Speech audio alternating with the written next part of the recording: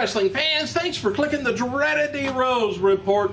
Hey, WWE.com's published photo gallery highlighting the organization's history of announcers. I guess there's a lot of them, featuring people like Vince, of course, Vince McMahon, Bobby Heenan, Michael Cole, Gorilla Monsoon, Jesse the Body Ventura, Jerry the King Lawler, Mike McGirt, remember that? Sean Mooney, Doc Hendricks, and Tony Schiavone, Howard Finkel, Matt Stryker, Craig DeGeorge, Joe Fowler, which I kind of remember him, Jack Reynolds, Jim Ross, of course, and Charlie Min, among dozens more. Didn't know they went through that many announcers, but I guess they had. Jinder Mahal and Justin Gabriel is going to be on hand for tonight's Florida Championship Wrestling down in Lake County Fairgrounds, Florida. And according to FanPageList.com, AJ is listed as one of the most influential female athletes on Twitter base, on a combined number of Twitter followers, Facebook fans, and Clout Score. I don't know what all that means, but I guess people like her maybe. WWE touted her ranking, by the way. Did you know that AJ Lee ranked number one among females, ranked her most influential? What I just said, they said. Anyway, WWE.com advertised the WWE Hall of Famer Bret the Hitman Hart for the historic 1000th episode of Raw, taking place July 23rd, Scotts Trade Center, St. Louis, Missouri. And if there's any time you ever want to meet a wrestler, be in St. Louis, Missouri on the 23rd. You're bound to bump into quite a few running around downtown. May not recognize some of them. All right, Twitter account representing itself as Sid Vicious was deemed fraudulent and booted from the website. As a result, the account drew over 10,000 followers, and multiple wrestlers acknowledged it as if it was legitimate. Birthdays, by the way, this would have been the birthday of WWE co-founder Vince McMahon Sr., would have been 98 years old, and six-time NWA light heavyweight champion Ray Mendoza, 83. Legend Jake the Snake Roberts, remember he retired last year? He's now taking wrestling bookings, as well as commercial work and seminars. I wish I could retire just for a year or two, or maybe 6 months. Former WWE personality Mike Adamle, did I mention that? Adamle on the announcer? Maybe I didn't. But anyway, he's apparently disappeared. Adamle hasn't been seen on the air for his job with NBC Chicago affiliate since May 14th. Nobody's given a reason why, besides he's taking personal time off. He's going to be back in a few weeks. Well, for 3 months, Adamle disappeared a few years ago from his job with ABC affiliate, but returned later and admitted to having psychiatric help during his time away. That's why I wanted to retire for a while, so I could have some psychiatric time. I need that sometimes. I feel good though. As noted before, Bray Wyatt, or Husky Harris, he's confirmed on Twitter that he's recently torn a pec.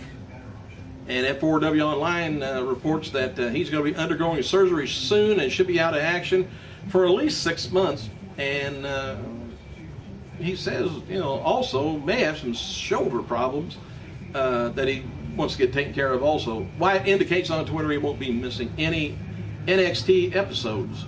That's because they've already taped a bunch ahead of time. And WWE DVD News has revealed the cover art for WWE's Once in a Lifetime. It's The Rock vs. Cena. It's 3 DVDs. This set to on Blu-ray as normal. It's going to be hitting North American stores around September 11th. And remember Diva Cherry? Good looking little thing. Anyway, she's on Twitter and she says she has no plans to return to the ring and is not interested. Damn. WWE Diva Cameron, who dances with Brodus Clay, says she hopes to wrestle in the future. Mark Henry wrote on Twitter that he's working his way down to 405 pounds. Where the hell was he? And wants to drop another 30. All right, Mike Tenay, Jeremy Borash is going to be on hand for the announcing duties for Sunday's TNA X Division Destination X. It isn't confirmed, but word is that Taz has a family commitment. And PWI Insider has confirmed that the Twitter account belonging to Sting's mystery attackers is legit. They are teasing that they will be returning to Impact next week. But it's Sting. The man who competed as Lars only on Impact last night was NWA Hollywood wrestler Johnny Huma. He was a rebel for you older guys. Flip Casanova was Flip Kendricks from DG USA and Evolve and Chikara. Dakota Darso, who competed on Impact last night, suffered a broken nose in his match against Casanova. And Dixie Carter announced on Twitter that all of the X Division wrestlers who did not qualify for Destination X lost their qualifiers will be brought back at the pay-per-view for our match. And the winner of the match gets the last 8th spot in the Destination X. So it's the second chance. All right, Tuesday's live WWE Impact scored a 1.70 with a rating of about a little over 2.5 million people. David Otunga, he's going to be appearing at WWE's new movie, The Hive, which stars Halle Berry, which is only one good reason to watch it.